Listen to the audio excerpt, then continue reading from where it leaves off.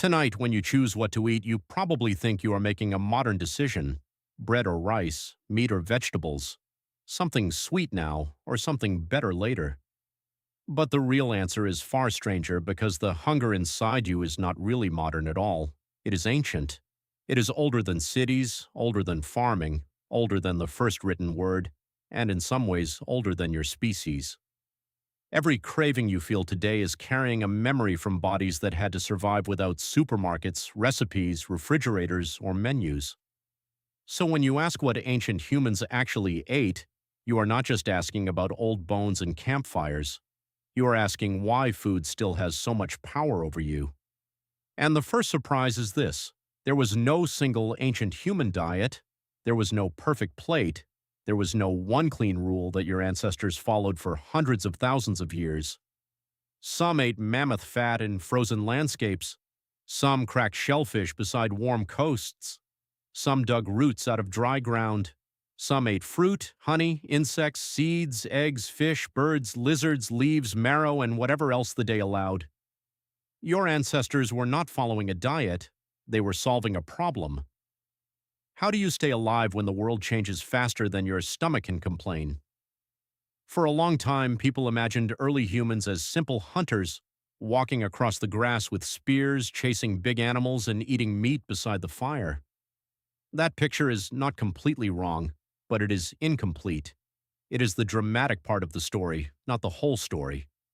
Big animals leave big bones, stone tools leave sharp marks, fire leaves burned earth. But berries vanish, leaves rot, tubers disappear. Honey leaves almost nothing, so the ancient menu was always biased by what survived long enough for you to find it. This is why archaeologists had to become detectives of invisible meals. They learned to read scratches on teeth. They learned to study tiny grains of starch trapped in dental plaque. They learned to measure chemical signatures in bones, because the food you eat leaves a faint record inside you. And when the evidence improved, the old picture changed. Peter Ungar, a paleoanthropologist who studies ancient teeth, has shown that teeth are not just teeth, they are eating tools. Their shape, their wear, and their microscopic scratches can reveal whether a creature was chewing hard foods, slicing meat, grinding plants, or surviving on whatever was available. Under a microscope, a tooth can look like a landscape: tiny pits, long scratches, polished surfaces, a record of pressure, grit, and survival. What did that record show? It showed flexibility. Ancient humans and their relatives were not locked into one food strategy. They changed with place, they changed with season, they changed with danger, they changed with opportunity. That flexibility may be one of the reasons you are here. Imagine waking up 80,000 years ago. There is no breakfast. There is only the question of the day. What can you find before something else finds you? If you live near a coast, the answer may be shellfish, fish, seaweed, birds, and eggs.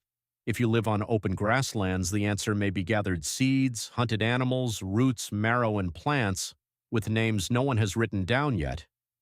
If you live in a cold ice age world, fat becomes more than food. It becomes survival. Protein alone is not enough. Lean meat can fill your stomach and still leave your body starving for energy. Fat is dense, fat is precious, fat keeps a body warm. So your ancestors did something that sounds strange now but made perfect sense then. They broke bones. Not because they were careless, because bones were containers. Inside them was marrow, soft and rich, a hidden source of calories that predators often left behind or could not fully reach. A cracked bone was not trash, it was a meal. This is one of the great differences between looking at food today and looking at food in deep time. Today you often eat for taste, habit, comfort, or convenience. Back then, taste mattered, but energy mattered more. Every meal was measured against effort. How far did you walk? How dangerous was the animal? How many people could the food feed? Would it spoil? Could children chew it? Could elders survive on it? Food was never just food. It was strategy. One of the biggest twists in the story is that ancient humans probably ate more plants than many people imagine. Not soft supermarket plants, wild plants, tough plants, bitter plants, fibrous plants. Underground storage organs, which is a plain way of saying roots, bulbs, and tubers that store energy under the soil. Amanda Henry, an archaeologist and paleoanthropologist, helped show how important these hidden foods may have been. By studying starch grains trapped in ancient dental calculus, the hardened plaque on teeth, researchers found evidence that Neanderthals and early modern humans ate plant foods, including cooked starches. Dental calculus sounds disgusting, but for archaeology it is a treasure chest. It traps tiny remains from a mouth, starch grains, plant particles, proteins, microbes, little pieces of a lost meal. In 2010, Amanda Henry and her colleagues published work showing plant microfossils in Neanderthal dental calculus, including evidence that some plant foods had been cooked. That matters, because it pushes back against the idea that Neanderthals were only meat eaters. They were not cartoon cavemen gnawing on bones all day. They were intelligent foragers using the foods around them. Sometimes that meant meat, sometimes it meant plants, sometimes it meant both, and sometimes it meant food you would not recognize as food at all.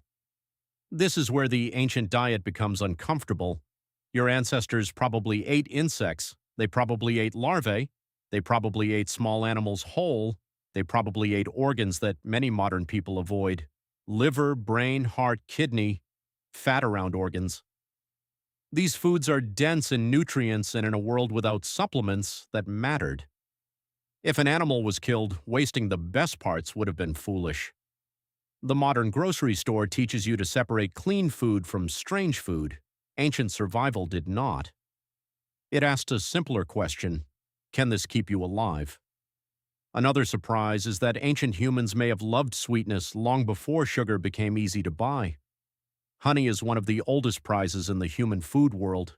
It is sweet, it is energy-dense, it is dangerous to collect, and it is worth the risk. Rock art from different parts of the world shows humans interacting with bees and honeycombs, and modern hunter-gatherer groups such as the Hadza of Tanzania show how valuable honey can be in a foraging diet. This does not mean every ancient human ate honey every day. It means the desire for sweetness did not begin with candy. Candy exploited something older. Your brain does not love sugar because it is modern. It loves sugar because in the past, sweetness often meant rare energy, a ripe fruit, a honeycomb, a seasonal chance. Your craving is not random. It is an ancient signal living in a world where the signal never turns off. Then came fire. Fire changed everything. Not all at once, not everywhere in the same way. But once humans could regularly control fire, food became easier to chew, safer to eat, and richer in usable energy. Cooking breaks food down before your stomach has to. It softens plants, it kills some pathogens, it makes starches more digestible, it changes meat.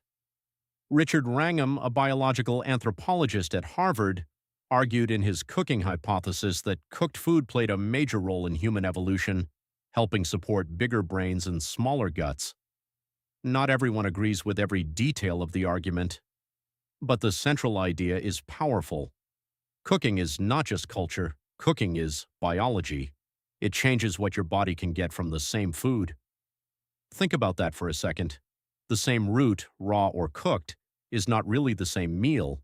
The same meat, raw or roasted, is not the same challenge. Fire turned the outside world into something your body could use more easily. It may have helped make you human. But ancient eating was still not comfortable. There were good seasons and bad seasons. There were failed hunts. There were dry months. There were migrations, storms, injuries, and competition. Sometimes people ate well. Sometimes they endured. That is another truth modern people often miss. Ancient humans were not always healthier than you. They were not living in a perfect natural paradise. They had parasites, they had infections, they had broken teeth, they had hunger, they had danger. They also had strong bodies, deep knowledge of their environments, and food skills most modern people have lost. Both things can be true. The past was not a wellness fantasy. It was not a disaster either. It was a hard, intelligent negotiation with nature. Christina Wariner, a researcher known for studying ancient dental calculus and the human microbiome, has helped show how much information can be hidden in the mouth. Ancient plaque can reveal diet, disease, and even traces of milk proteins in later populations. That kind of research changed the way scientists think about food history. The mouth became an archive. Your teeth became a notebook. Every meal left a sentence. Some of those sentences revealed another huge shift. Farming. For most of human history, your ancestors did not farm. They hunted, gathered, fished, scavenged, collected, cooked, shared, and moved. Then, in different parts of the world, humans began growing plants and managing animals. Wheat, rice, maize, millet, beans, goats, cattle, sheep, pigs.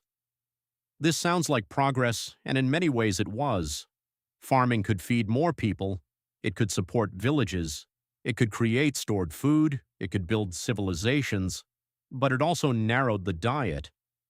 Many early farmers relied heavily on a few staple crops. That meant more calories, but not always better nutrition. Bones from some early farming communities show signs of stress, disease, and dental problems. More grain could mean more cavities. More settled life could mean more infections. More people living close together could mean more disease. The agricultural revolution was not a simple upgrade. It was a trade. You gained security, you lost variety, you gained surplus. You gained new forms of labor, you gained bread. You also gained new problems. This is why the question of what ancient humans ate is not just about meat versus plants. That argument is too small. The real answer is variety versus dependence, wild flexibility versus settled routine, seasonal abundance versus stored grain, risky freedom versus reliable fields. Your body was shaped in one world, but you feed it in another, and that is why food feels so confusing now. You live surrounded by calories your ancestors would have treated like treasure: fat, sugar, salt, soft starch, meat without a hunt, fruit without a season, snacks without effort. You can get in 5 minutes what an ancient person might have walked all day to find. Your brain still notices energy. Your body still responds to sweetness. Your appetite still respects fat. Your attention still turns toward food that promises survival. But the environment has changed. The signal that once helped you live can now pull you in every direction. This does not mean you should eat exactly like ancient humans. You cannot. There was no one ancient diet. There were thousands, and many of them depended on landscapes that no longer exist in the same way. But you can learn something from them. Ancient humans ate with attention because they had no choice. They knew seasons, they knew plants, they knew animals, they knew fire, they knew scarcity, they knew sharing. Food was not background noise, it was the center of survival. So the next time you choose what to eat, the question is not whether your meal is ancient enough. That is the wrong question. The better question is what kind of world your hunger thinks it is living in. Because tonight, when you choose what to eat, you are not only making a modern decision, you are listening to an ancient voice still trying to keep you alive.